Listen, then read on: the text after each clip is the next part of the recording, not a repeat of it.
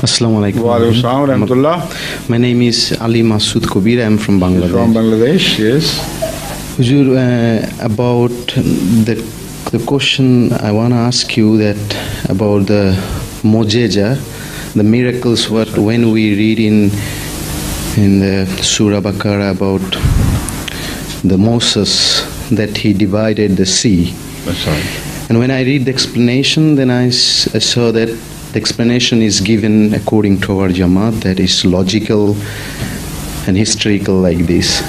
But then the question arises in my head that when Muhammad al-Islam, I don't remember exactly, he wrote something and the God Almighty Allah signed that, then the ink fall down. So what is the explanation of that? You see, it is not, your question is very valid. I'm glad that you think very intelligently and ponder over these things. Right. The explanation given by us is a suggestion. It could be another explanation. And the recent discoveries, archaeological discoveries, are in fact opening new possibilities as to what might have happened. Right.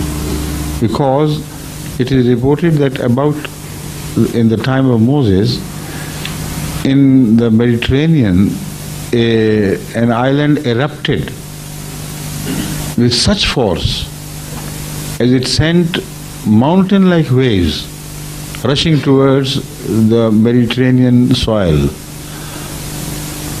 Egypt being one of those places which stood by the mouth of the Mediterranean, by the side of the Mediterranean. So some scholars have suggested that that special event must have taken place during that time. The Mojeza was not that Moses crossed the sea, because he crossed at a time when it was the time of the ebb, when the waves had ebbed out and the water from the flow of the Nile was not sufficient to drown the people there, because it was a delta area and the water was spread out. But as Pharaoh entered, that tidal wave, which was specially created by that explosion in the Mediterranean, that hit Pharaoh and his people. And it as if it was the two mountains had got together. That was the time when there was also a wave of flood from the Nile. And sometimes, if in the catchment area of the rivers there is a great sudden onslaught of rain, then the flood waves sometimes travel in very big height, having a front before them. And this is a common phenomenon known everywhere in the world. In the floods, sometimes a very high tide travels so fast that as if a wall is moving. So that happened. This is Mojeza, the timing of the two things. On the one hand, there was a flood tide advancing rapidly towards the mouth of River Nile, and on the other hand, the sea swelled because of this great explosion caused in a small island, which was destroyed, in fact. The timing of the both was exactly when Pharaoh and his followers were crossing the River Nile. So this is also an explanation. But the explanation does not mean that it is naturally possible to have it happen.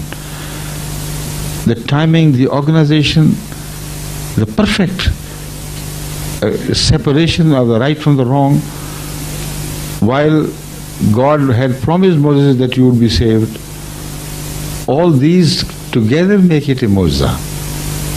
So scientific explanation does not take away the wonder from a Mojeza. It still remains a Mojeza. Now, the Mojeza which you mentioned about Muhammad is something which happens rarely, but does happen. And it happens not as a sign of truth to the non-believers. It always happens within the community of the believers. So this is what should be remembered. Such mojizat as are freaks of nature, which we cannot understand, they are never presented to the enemies. They are shown within the community of the believers. Like Hazrat Muhammad Rasulullah sallallahu alaihi wasallam is reported to have invited the entire participants in the jihad of Ahzab, when Ahzab had got together, and the Muslims were around how many thousand? 7,000 or less? No, they were less in number. Anybody remembers?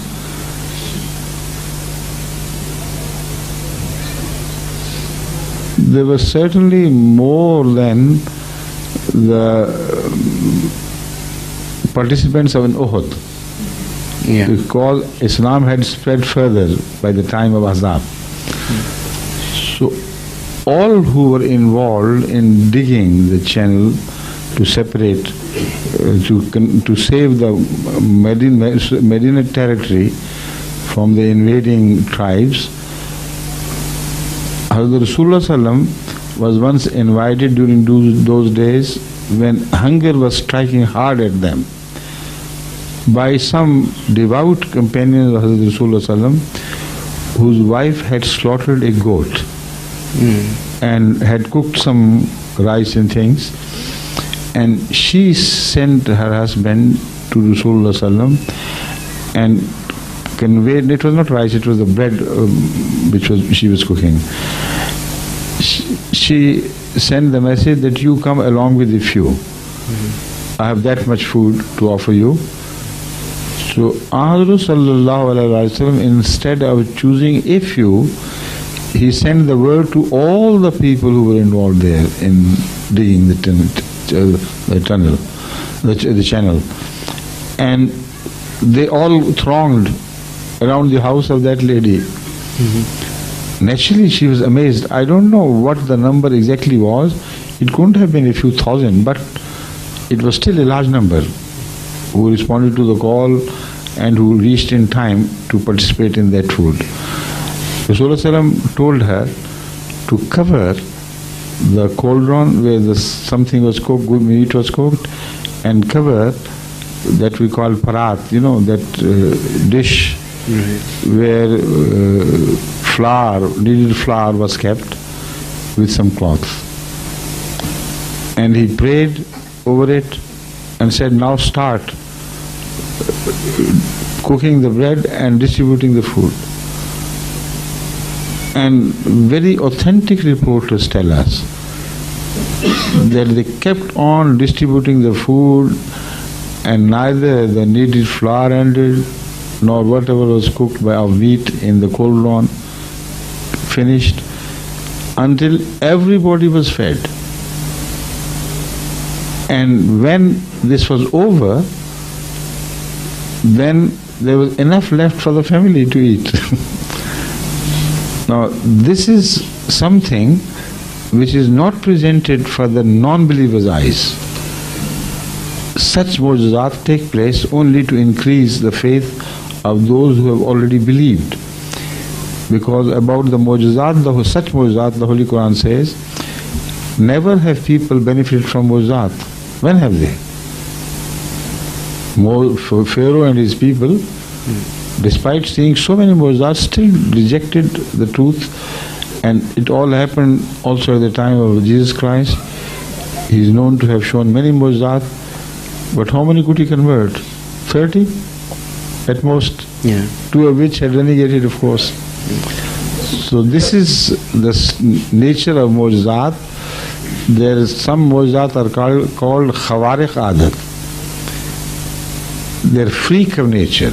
They are in breach of apparent breach, not real. Apparent breach of the laws of nature. Such mojizat to take place not for the enemy's eyes, but for the eyes of the believers. And this is the Mojeza which you have mentioned is just one of those. So Huzur, you see, on that point the problem comes. One of my friend, I gave him the books from Muslim Islam. So he told me that he believes Muslim Islam, he is the promised Messiah. But he doesn't interested. He didn't say I don't believe like all the Khalifa's later, because he said when I also present him the Quran, he said the way it was, the explanation was given, that our Jamaat want to show that more logic, the history and more logic like this. So because the Holy Quran is a logical book. Right, but in this point, when I say about the Mojeza, he said Mojeza is like a, to him it's like a magic or something. So he keep believe on that. You see, I have told you two incidents. Number one, that which took place in the small room by the side of the Mosque Mubarak. Yeah. And the other Mojeza which was seen and witnessed by a large number of people at the time of Hazrat Muhammad Sallallahu Alaihi Wasallam.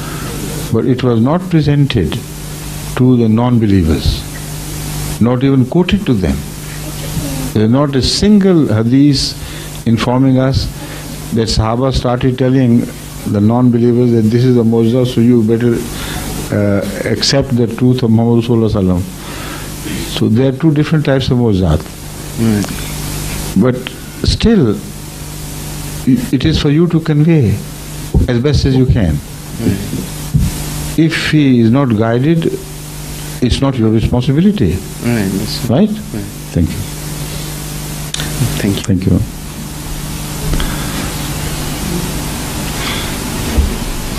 Lady side? The instruction from the police about parking of some cars.